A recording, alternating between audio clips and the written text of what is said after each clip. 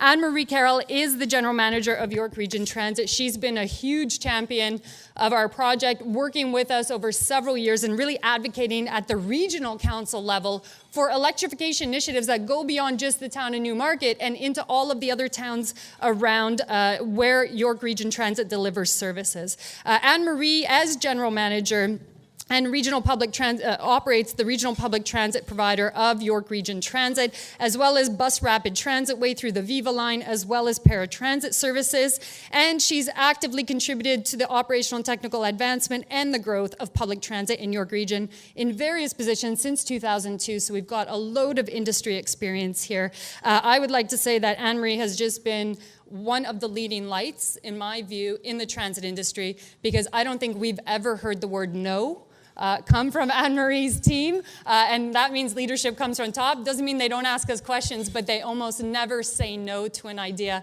There's an openness there that is just a breath of fresh air. And so with that, I'd like to welcome Anne-Marie Carroll to the stage for a keynote address.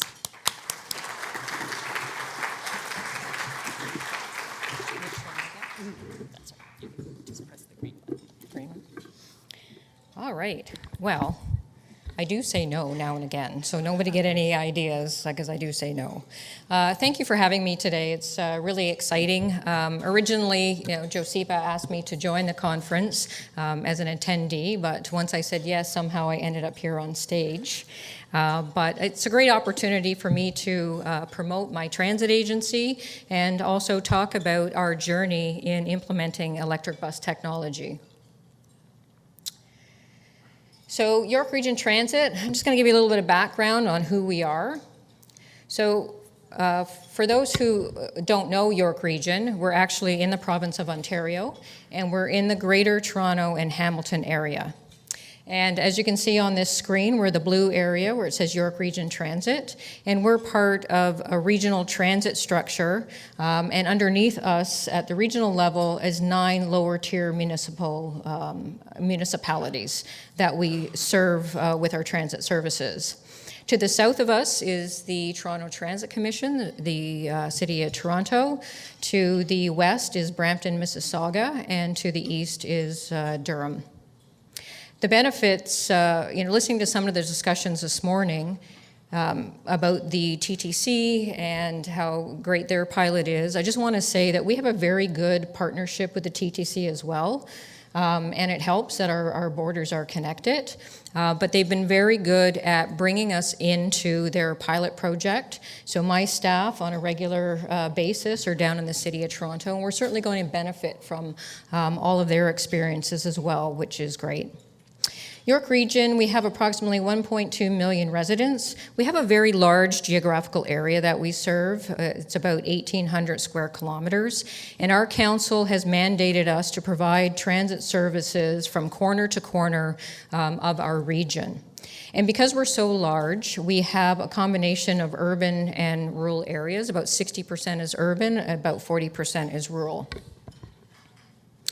And York Region Transit is pretty young. We're only about 18 years old. Originally in York Region, transit agencies were operated by local transit systems, and in 2001 we amalgamated all those local into one regionalized system. So York Region Transit, again, we serve that large geographical area. So we have various types of conventional routes that we operate, and we also have our Viva Bus Rapid Transit service. We also have our paratransit services, and this is probably for yet another session, but we have been looking at how do we deliver our paratransit services, but also deliver transit services to rural areas that are more cost-effective than implementing with conventional services. So we've now integrated both our mobility services with an on-request service, so something like a regular on-demand, like an Uber or Lyft service, but we brought them now together because we see them both at the same model, and we're operating those two services together. We also contract the TTC to operate 5 services that run cross-boundary from Toronto into York, and that connects people in York Region down to the TT subway stations without having customers have to transfer at the border. We have a fairly large bus fleet, 668 vehicles. For 544 are a combination of conventional and BRT vehicles. Most of them are 40 and 60-foot buses. And then we have a fleet of about 124 smaller vehicles. And those vehicles are primarily used for our community bus, our paratransit, and our on-request service. We are a little unique as well, is that we actually contract out all of our services to the private sector. We own all the infrastructure, we own all of our bus garages, and all the buses are owned by the region themselves, but we do contract out to private contractors under performance-based contracts.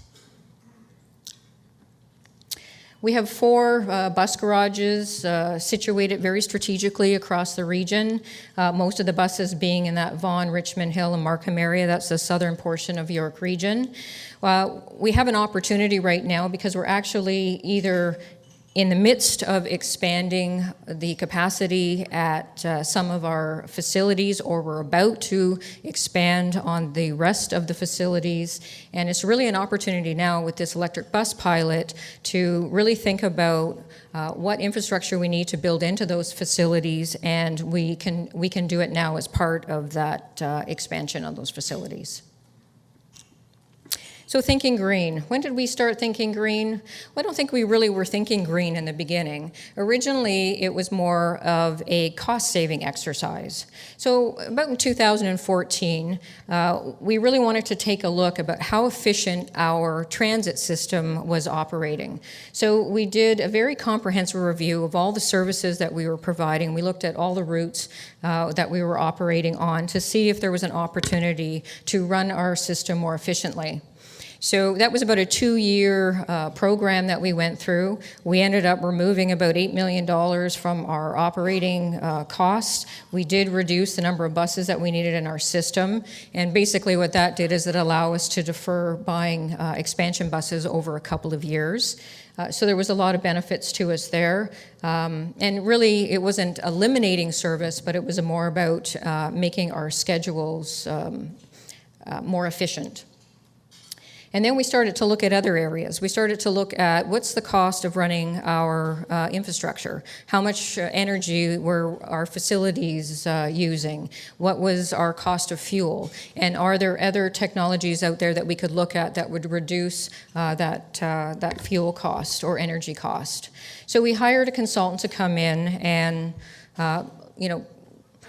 what we were really trying to find out is what other systems were out there, what other fuel or propulsion systems could we go to that was cheaper than using the low sulfur diesel that we're using today. And it was really just an exercise in identifying what technologies were out there. We knew, of course, that there's the diesel, the hybrid electric, which the City of Toronto, or TTC, was operating for many, many years. And they brought forward to us the hydrogen fuel cell, and they brought forward electric bus as well. So phase 1 was really just to identify what technologies were out there. And I think it was about at that time that we recognized that if we were going to go through a transition, why would it just be about money? But here was an opportunity for us to move towards green technology. So we continued with the same consultant to do a phase 2 exercise, and they looked again at all those energy sources that we were looking at, and they did a full in-depth cost analysis and all the benefits of each and every one of those different types of energy.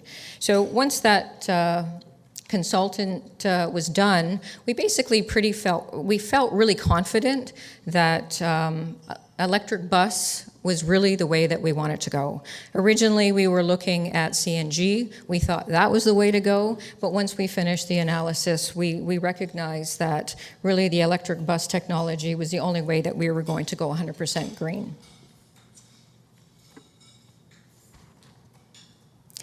The other part of our story is that York Region does have a greening strategy. So York Region adopted through council a greening strategy back in 2002. And the original version of the greening strategy really focused more on green infrastructure, so more around trees and revitalization of the regional forest network, creating accessible trails through the forest.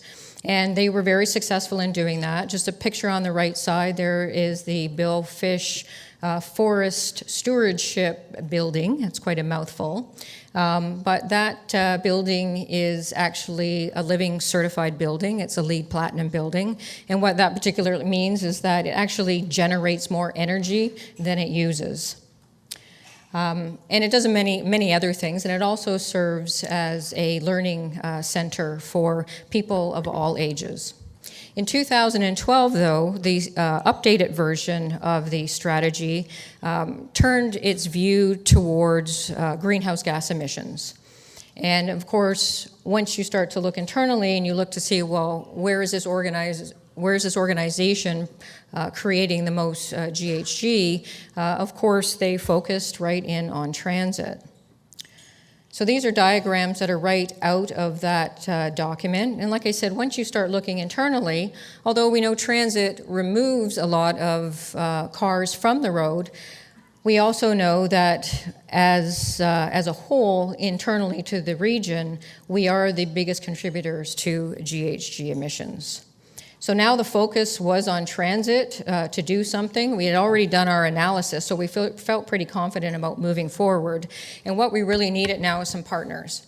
Because we knew what we wanted to do, but we didn't know how we were going to do it. And frankly, we just sat in a room and kind of stare at each other and say, okay, well, now that we made a decision, what do we do next? So lo and behold, here comes Josipa, and Qtrix was formed. So we were one of the first organizations to join Qtrix, and also one of the first to put our hands up to be part of the Pan-Canadian demonstration as well. And it has been a great partnership. You know, there's certain aspects of delivering this new technology that we really didn't have a clue about. And we also brought on our Newmarket Tay Hydro. So Newmarket Tay Hydro is a local hydro authority that's situated in one of the municipalities in York Region, happens to be the town of Newmarket. And you know, they were really good too at putting their hand up and saying, well, this looks like a really good opportunity for us and we want to be part of this demonstration. And the gentleman that they assigned to the project, just by coincidence, happened to be someone that I worked at the same organization about 18 years earlier. So to me, that was really a definite sign that this was the right thing to do. Was it a coincidence? I think not. I think things happen the way that they should. The other thing that really got me excited is I was at a APTA conference down in Miami, and they had a speaker who was talking about the disruption of clean energy. And it was a very long and compelling, but a very compelling presentation. But he really posed a lot of things to think about, to ponder. And he had a lot of illustrations as part of his presentation. And these two really got me excited and really started getting me to think about how quickly we should move forward. So this is New York City, the day of the Easter parade in the 1900s. And as you can see here, streets full of horse and buggies. And that red circle in that diagram is the one and only automobile on the street. A mere 13 years later, same street, same day, and all of a sudden we have a street full of automobiles, and that red circle now is the horse and buggy. And the horse and buggy was probably there as, you know, something to remember the good old days by. That's probably why it was there. So it really started to make me think that although electric bus technology was new to our thinking, that it was going to come fast, and we had to start getting ready for it. So we're on our way. As Josipa had mentioned, we have purchased now 6 electric buses, 3 new Flyer and 2 Nova buses. We have our partner, Newmarket Hydro, who has purchased the overhead charging units, and we're working with them to install that unit as we speak. The buses will be delivered by the end of this year. We're going to commission early next year, and then we'll be off on our pilot. So what do we think some of our challenges are going to be? So first and foremost, we've never done this before. So we don't know what we don't know. So we are in the midst of doing a fairly comprehensive assessment of what we need to do to prepare for the electric bus. We need to look at our current state. We need to understand what infrastructure changes we have to make. And like I mentioned earlier, it's a good time for us to do that because we are expanding on all of our facilities. We need to look at those infrastructure gaps. Operationally, what do we need to do? What do we need to do as far as training? We're dealing with the private sector as well, so they need to be our partners in delivering this new technology. So that's important, and they're all on board, and they're all as excited as we are. And we need to set some timelines and some cost estimates. We need to know how much this is going to cost us. So we are now preparing a 10, a 20, and a 30-year budget for our council. So once we finish this assessment, we will go back to look for the appropriate approvals from council. And we do have a very supportive council. We can't do this fast enough for them, but when we put a bunch of numbers in front of them, they might change their mind. But we're going to do a 10, a 20, and a 30-year estimate, and we're going to see what kind of approvals we're going to get. At the municipal level, it's unlikely that they're going to allow us to continue to pull money from reserves, so we're going to have to find other ways to fund it. This is another problem. This is our transit system network. Very comprehensive. A lot of it is legacy routes. Like I had mentioned, local transit systems had operated these services previously, so a lot of these routes are very focused on community. And the difficult part is they have really good ridership, so it's hard to pull back on some of those routes, and politically it's probably not very good. And having a regional municipal structure, regionally we look after all the region roads, which is really what forms the grid network. The municipalities look after all the other like the mid-cross blocks and all the internal road network. So they have not been great in planning that road network. It's not really conducive to transit. It's great to slowing cars down through neighborhoods and great for kids playing on the streets and all those things, but it's not very conducive to transit. So part of the assessment that we're doing right now, we'll do a full review of each of the routes to see which ones we could actually operate using electric bus technology. And what we know as of today, we figured we can probably operate about 80% of those routes with the technology as it is today. But we have very long routes, like I mentioned, 1,800 square kilometers. Some of our routes are really long as well, so we have to figure all that out. And the big F word, funding. We know through the phase one, we had a lot of challenges with funding. Thanks to JOSEPA and others, we did get some funding from the Canadian government, and that funding went to the overhead charging units. We did get approval for funding from the Ontario government as well, but that was on-again, off-again funding. We got funding originally through one government, and then a new government came in, and they decided they weren't going to fund it anymore. So we were on-again, off-again. I thought I was going to have a stroke. It was just constant for about a year. It was on again, off again. But I went back to our council. We explained what was going on, and because they're so supportive of this project, they agreed that we were able to take the money from reserves, plus we had to tweak our existing capital budget as well, but we now have the money for the 6 buses to go ahead with the trial. But going forward, we really have to figure out where that money is going to come from.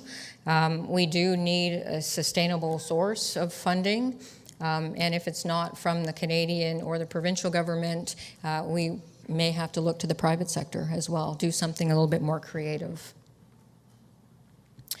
So last slide, just timelines. We've been doing this for a really long time. I know I have 2016 up here because I couldn't fit the rest in, but we've been looking at this since 2013 or 14. We've been working on this for a very long time, and we do have a long way to go.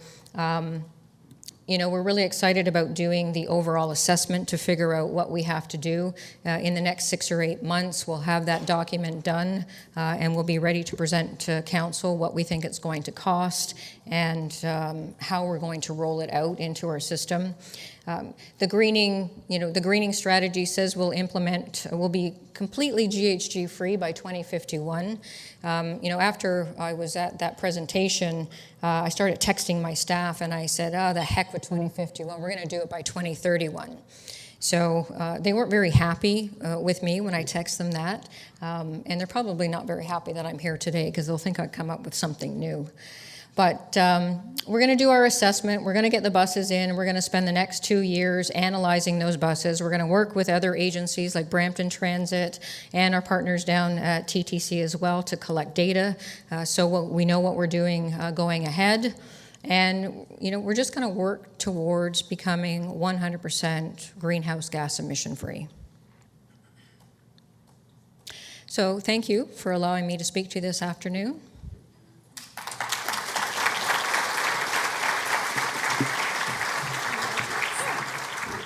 So we're going to move to a bit of a fireside chat, but we're missing our microphones up here, so I'm going to give you the eye over there if we can grab a couple microphones, and we will have potentially time for a couple quick questions with Anne-Marie, and I've got a couple lined up for you.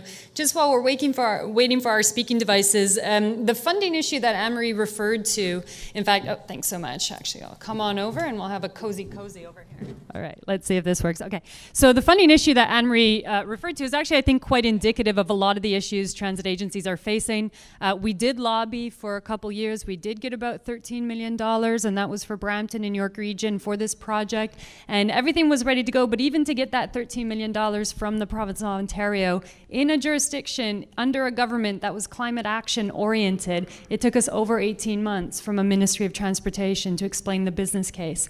And in the end, the only reason we ended up getting the money was because literally we had to hunt down the minister at his favorite Starbucks and then his favorite dinner place to get him to listen to what we were doing, and then he turned around and approved the funding. And unfortunately, by that point, the election was called, we had a new premier, and the money was canceled. And so I think that period that you said, that whole year of here we go again, just proves how hard it is to actually do electrification in this country. Those are not sustainable funding models. And so the first question to you, Anne-Marie, and you alluded to it here, hunting down ministers at their favorite Starbucks to convince them under a government that believed in climate action about funding these kinds of innovative projects, not sustainable. It's almost never going to be the case that the feds, the provinces, and the cities align in funding. So how, from a financial standpoint, do you think York Region is actually going to get to full electrification, given that the numbers are high and they're difficult, and the regional council probably hasn't seen all those numbers just yet? So that is a difficult question to answer, but I think part of the problem with the provincial government is I don't think they understand electric bus technology in the transit industry. When we met with ministers, and I think it's ongoing, constant communication. When we met with one of the Minister of Environment, he was really focused on the automotive sector. And that seems to be where their head is at. So they don't really understand the differences between the automotive sector and the transit sector. So I think we have to continue to constantly educate the politicians. And hopefully there's good timing involved, and we do it years before an election occurs, or we might end up in the same circumstance again. We're going to have to look at our capital budgets. We're going to have to really dig deep to see if there is opportunity within our existing capital budgets to endure the difference in cost.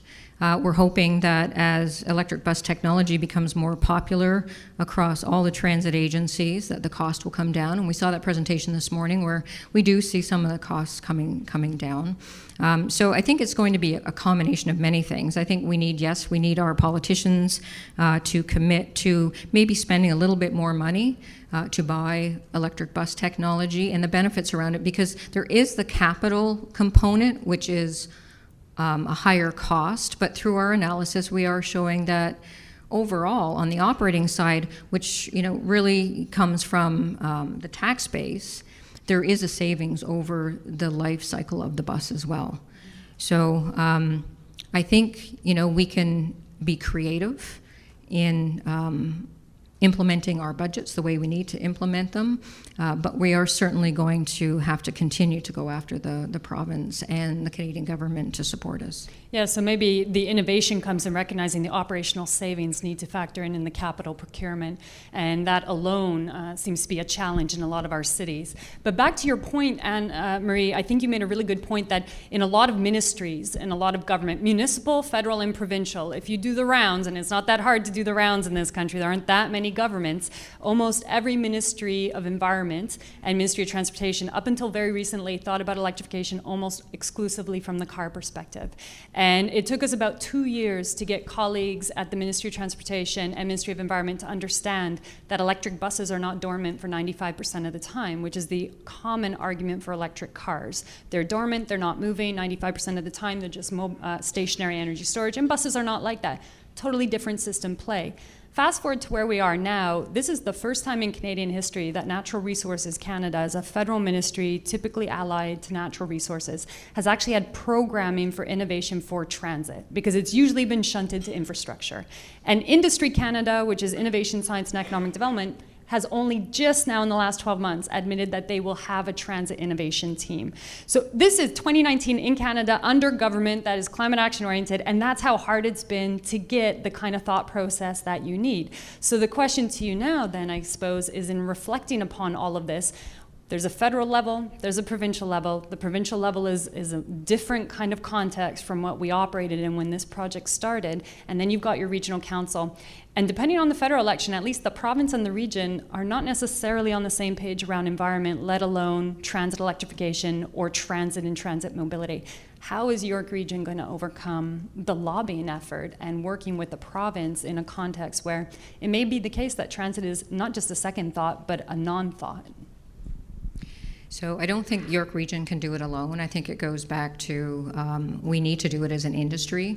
And like I said, we have met with a number of ministers, but a lot of it's either been done through you, Josipa, or even with Karen Cameron at the Ontario Public Transit Association. And I think we need to do it collectively as a group, because I don't think York Region can do it. Yes, I can get our chairman to write as many letters as he can possibly write, looking for funding. But I don't think it's just York Region. The other piece, going back years ago, the federal government did at one time subsidize the purchase of expansion buses or new technology buses. And, I think that's something I'd like to see again. I want to see if there's an opportunity to do that. I feel like we're going to have better luck at the federal level as opposed to the provincial level. So, and I will find out where Doug Ford likes to eat dinner and where his favorite Starbucks is. No worries, I'm on it. So we'll be back here next year seeing how that pans out. But in the meantime, one thing that many folks may not realize is this Pan-Canadian Electric Bus Project is innovative for a lot of reasons. But in York Region in particular, Anne-Marie did mention the fact that Newmarket Tay Power Distribution is owning and operating a $1 million overhead charging system on behalf of the transit agency. That is fundamentally innovative in the electricity market. Loads of utilities are looking at York Region and Newmarket Tay Power Distribution saying, how did this little local distribution company decide to own and operate a high-powered charging system on behalf of a transit agency? There's all of this innovativeness happening there on the business side. And of course, they're going to try and figure out if it's distribution equipment and if they can get it regulated.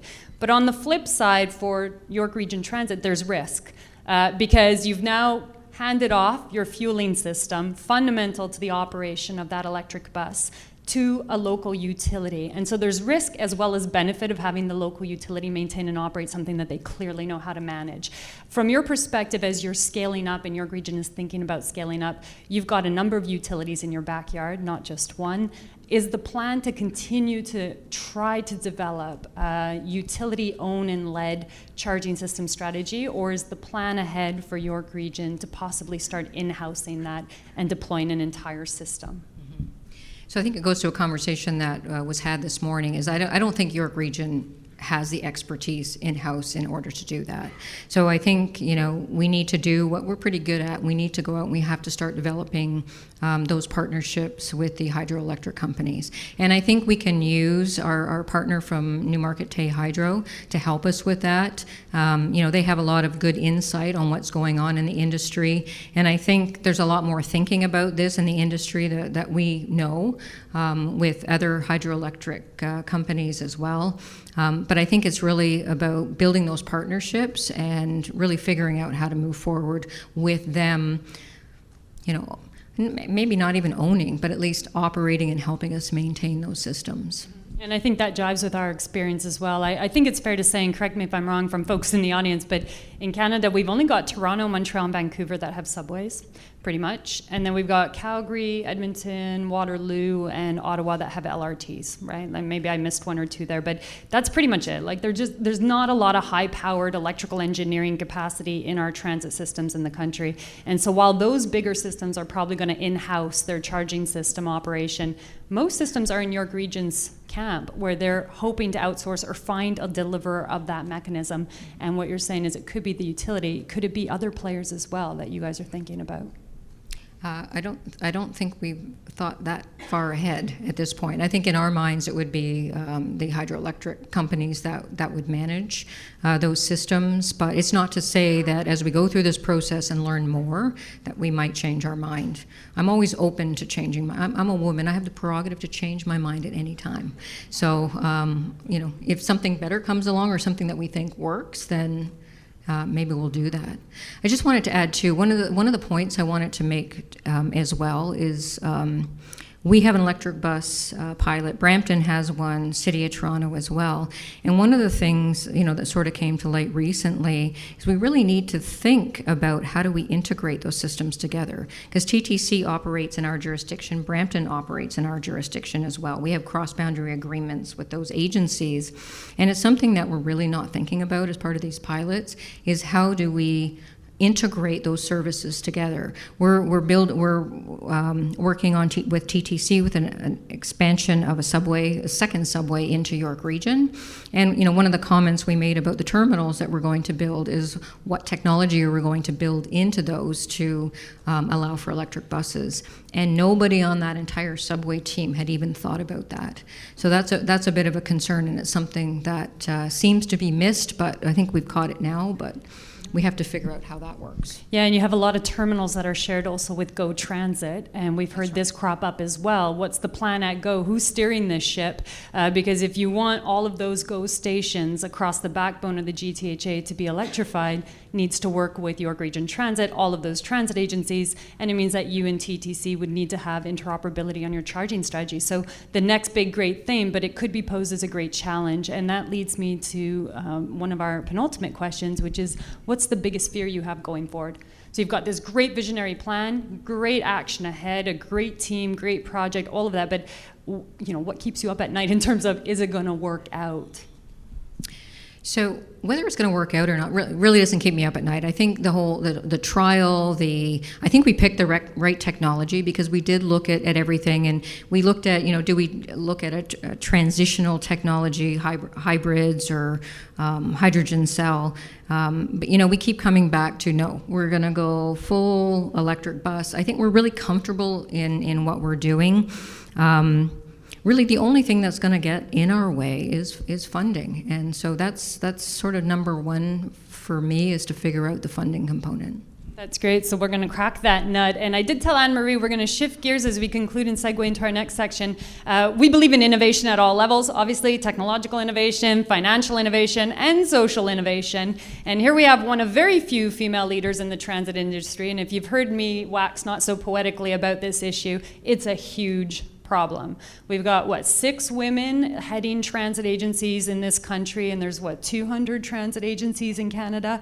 It's male, pale, and stale, and that is not reflective of the clientele. Right? And lots of you are my friends. It's fine. We can say it. The clientele is female-dominated. Females ride transit more than men do. In large cities, visible minorities ride transit more than white people do. So what other company or industry do you know where the CEOs and the directors do not not use their product as their clients do and do not reflect their clients in almost any case. It's catastrophically bad for mobility in this country. And so I asked Anne-Marie, given her insights, given her experience, how do we socially innovate as well? Because look, 2 of the 3 transit systems, Brampton, at the time that we started this e-bus project, was led by Sue Connor, yourself. We now have Erin Pinkerton at BC Transit turning that ship around electrification. I think women are systems thinkers. We're raised and sociologically trained to be systems thinkers. So when we're at the helm, we get these projects through the door. So I want to know, Anne-Marie, how do we get more of us at the top of decision making? What's the problem in this country with women not being in control of the transit systems that they ride and the product they use? So I have 2 minutes, so I'm just going to tell a quick little story. So when I started in the transit industry in 2002, so I've generally worked through male-predominant industries all my life, whether it's in construction or solid waste management or some of the other industries that I've been in. When I came in 2002 to transit, I think it was the 2nd or 3rd year that I was in transit, I went to the Opta conference in Mississauga, and I walked in that door, and literally, there were about 100 or so men in the room. They all stopped and turned and looked at me, and they didn't know what to say. Am I in the wrong place? Was I the entertainment? I don't know. But, back then, I was the only woman in that room. So fast forward to today, we can see, although not all leaders at the top, the industry is starting to change, and there's a lot more women coming into our industry. And at York Region, about 3/4 of my management team are women. We have a lot of women in our operating side, all the on-street sector as well, in our paratransit side. So it is changing. We did a women's symposium for our enforcement group last year because it's an area where we have difficulty getting women into, but we've changed it now, so it's a symposium for women in the transit sector. And I think a lot of it is women don't know where to start because they really don't look at buses as being something that they're interested in, or that they I don't know anything about buses, how can I be in that industry? Well, I didn't know anything about buses originally either, but over time we're smart, we can figure it out over time. But it's really getting out and educating people. So we need to get into the high schools. We need to actually, the high school before they get to college. We need to get them interested in our industry, and we need to mentor them once they come into our industry. And we have a program in place, a mentorship program now, where we are developing young women in the transit sector at York Region. But I think that's really what it comes down. I think women just don't know, and they're maybe a little bit afraid of getting into this industry because they just think it is something that males do in general. So we have to change the mindset. And frankly, if you're a woman out there and you think you don't know, trust me, the men don't know either. So you just go take that power. The reality is that we got to create these pathways, and women do need to start taking the directorship and the power to make the decisions to change the mobility system for Canadians. And I really appreciate everything that you've gone through, Anne-Marie, everything that you've helped create, and it is changing the landscape of Canadian mobility as we know it. So thank you very much to Anne-Marie Carroll, and a round of applause for our keynote.